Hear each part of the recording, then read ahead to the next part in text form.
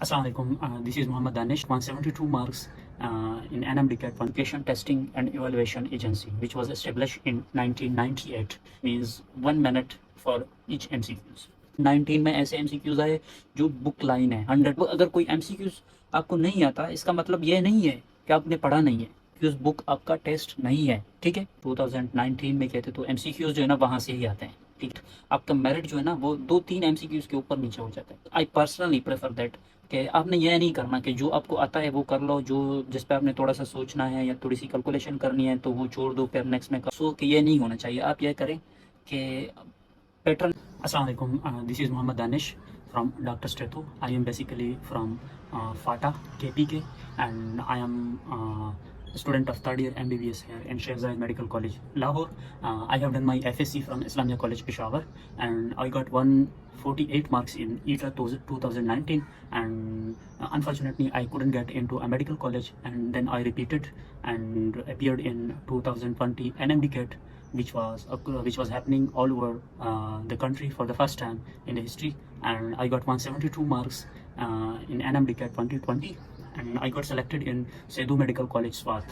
And then fortunately, I got opportunity to get admission in Sheikh Zayed Medical College, Lahore, and then I migrated from Sedu Medical College, Swat to Sheikh Zayed. Now I am studying here third year MBBS. So after a brief introduction of myself, today I will telling about ETA, which will be conducting for admission in medical colleges and dental colleges all over KPK. So for ETA stands for Education Testing and Evaluation Agency, which was established in 1998 at that time by the government, and the aim of the agency is to conduct entrance tests for public sector department, which includes dental colleges, medical colleges, and university. Test pattern. The test pattern will be like that. It has got 200 MCQs, and the time will be for 200 MCQs will be 3.5 hours, which means 1 minute for each MCQs. Minimum passing marks will be 65% for MBBS, which means 130 marks out of 200, and for BDS it is 55%, which means 120 marks out of 200. Now MCQs number per subject will be for bio 68%, which makes 34%, and for chemistry 54 MCQs, which makes 27%, and for physics it's 54 MCQs, which makes 27%, and for English, which is 18 MCQs and makes 9% of the whole test, and logical reasoning have got 6 MCQs, which makes 3% of the 100% of test. Now, if we talk about the difficulty level of the test, so the easy MCQs will be 20%, and the moderate MCQs will be 60, and hard MCQs will be 20%. 20% means 40 MCQs, and 60% means 120 MCQs, which means कि आपके 120 MCQs moderate होंगे, मतलब न ज़्यादा tough होंगे ना ज़्यादा easy होंगे, और इजी जो है ना वो 20% है, हार्ड भी 20% है, विच मीन्स 40 MCQs। अब जो है ना आपके 40 MCQs ईजी है। ईजी का मतलब क्या होता है कि आप जो है ना जस्ट एक रीड में जो है ना उसका आंसर सॉल्व दे सकोगे। You will be able to solve that in one sight. Now how to study, आपने पढ़ना कैसे है। अब जो है ना सबसे पहले देखते हैं फिज़िक्स को आपने कैसे पढ़ना है। देखो, फिज़िक्स जो है ना ईटा में अक्सर MCQs ऐसे भी आ जाते हैं कि वो बुक लाइन होता है। ठीक है, तो आपने सबसे पहले जो अपना बुक है KP का, ठीक है, वो पढ़ना है, रीड करना है, सही से पढ़ना है, क्योंकि बुक से भी MCQs आए हैं। 2019 में ऐसे MCQs आए जो बुक लाइन है, 100% बुक लाइन। एंड दूसरी बात जो है ना आपने करनी है MCQs book. For MCQs book मैं रिकमेंड करूँगा 2 बुक्स, MCQs का बुक जो है, और जीनियस सीरीज़ जो है ना सर तैयब का, वो अच्छा लिखा हुआ है। अच्छा, अक्सर लोग जो है ना बच्चे जो है ना स्टूडेंट्स ये कहते हैं कि यार फिज़िक्स में फ़लाँ MCQs मुझे नहीं आता, मैं बस ये पढ़ना छोड़ देता हूँ फिज़िक्स को। नहीं यार, MCQs बुक इसलिए नहीं बनाए गए हैं कि आपको जो MCQs नहीं आता आप डीमोटिवेट हो जाओ। नहीं, ये इसलिए बनाए हैं ताकि आपको जो MCQs नहीं आता उसके कंसेप्ट क्लियर हो। अब अगर कोई MCQs आपको नहीं आता, इसका मतलब ये नहीं है कि आपने पढ़ा नहीं है, इसका मतलब ये है कि ये कॉन्सेप्ट जो है ना आपने नहीं पढ़ा। अब जो ना एक MCQs एक कॉन्सेप्ट होता है, ठीक है। अब अगर एक MCQs आपको नहीं आता, आपने जो है ना थोड़ी मेहनत की उसके ऊपर, तो आप जो है ना उसके कॉन्सेप्ट सीख लिया आपने, अब अगर वो टेस्ट में आ जाता है तो आप क्लियरली जो है ना इजीली जो है ना सॉल्व कर सकोगे।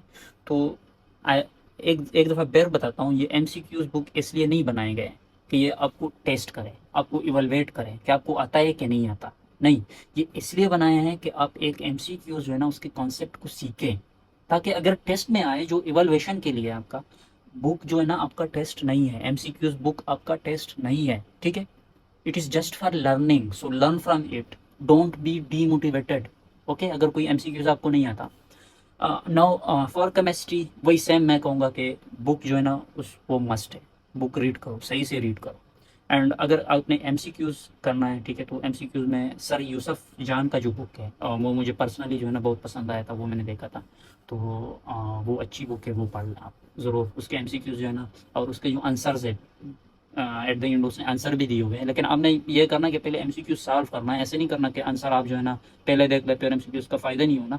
अब जो है ना अगर आपको कोई एमसीक्यूज नहीं आता, ठीक है, नहीं आता तो आपने ट्राई कर दिया, 1 टाइम 2 टाइम 3 टाइम ट्राई कर लिया, जितनी बार भी आप करना चाहें।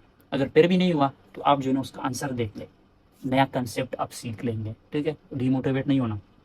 अच्छा, बायो का, बायो में यार आपने सिर्फ बुक ही रीड करनी है, ठीक है। अगर आपने बुक सही से कर ली, एनफ, क्योंकि ईटा के जो एमसीक्यूज होते हैं ना वो बुक लाइन ही होते हैं, ठीक है। और सेकंड वर्ड, अगर आप सेकंड थिंग जो अगर आपने एमसीक्यूज की कोई बुक लेनी है तो आई विल रिकमेंड यू बोम सीरीज़, जो कि बहुत अच्छा लेखा होगा, स्पेसिफिकली ईटा के लिए जो है ना बोम सीरीज़ बहुत अच्छा है, क्योंकि यार वो उसने जो है ना बॉम सीरीज़ ने क्या किया है, बुक के लाइन लाइन जो है ना ऐसे ऐसे एमसीक्यूज उठाए जो बंदा खुद पिक नहीं कर सकता बुक से। तो you can go through a Baum series जो जो कि बहुत अच्छा लिखा हुआ है।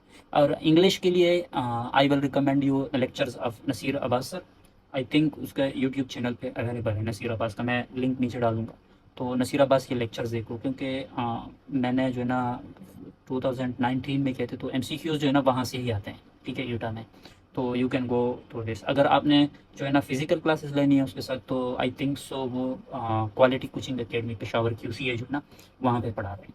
तो आप वहाँ से जो है ना उसका एडमिशन ले सकते हैं, that will be good for you, वो बहुत अच्छा पढ़ाते हैं। और लॉजिकल रीजनिंग का यार इजी सीन है, आई थिंक नम्स के बुक्स में भी आप देख सकते हो, कुछ एमसीक्यूज बुक्स जो है नम्स के, उसमें अच्छा लिखा हुआ है, लेकिन वो जो है ना वो हो जाते हैं ईजी है, लेकिन फिर भी 6 एमसीक्यूज, ठीक है, it is more than enough. जो मेरिट, आपका मेरिट जो है ना वो 2-3 एमसीक्यूज के ऊपर नीचे हो जाता है। तो लॉजिकल रीजनिंग के 6 एमसीक्यूज हैं, you can go through that, कर लो वो, क्योंकि 6 एमसीक्यूज बहुत ईजी से आप ठीक कर सकते हैं।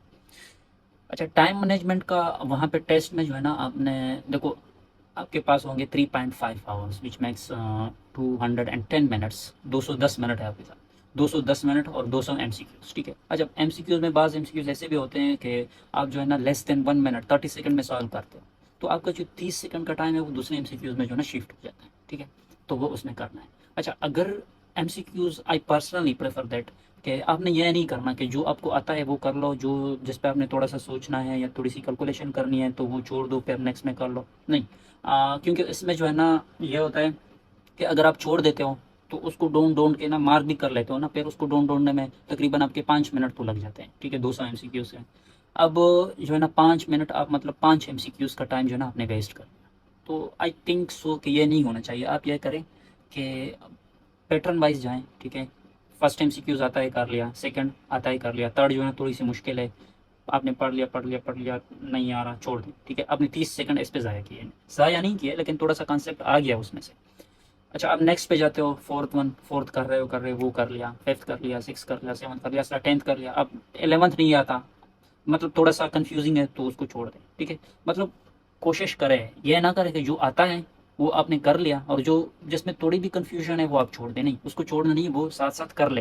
क्योंकि अक्सर जो है ना हम अगर second time read, first time read देते हैं तो समझ नहीं आती, सेकंड टाइम देते हैं तो समझ आ जाती है, ठीक है। तो ये करना है कि कर ले, जो कैलकुलेशंस वाले वो कोई वो नहीं है, वो छोड़ दे, बाद में कर लें, ठीक है। And that's it, thank you so much.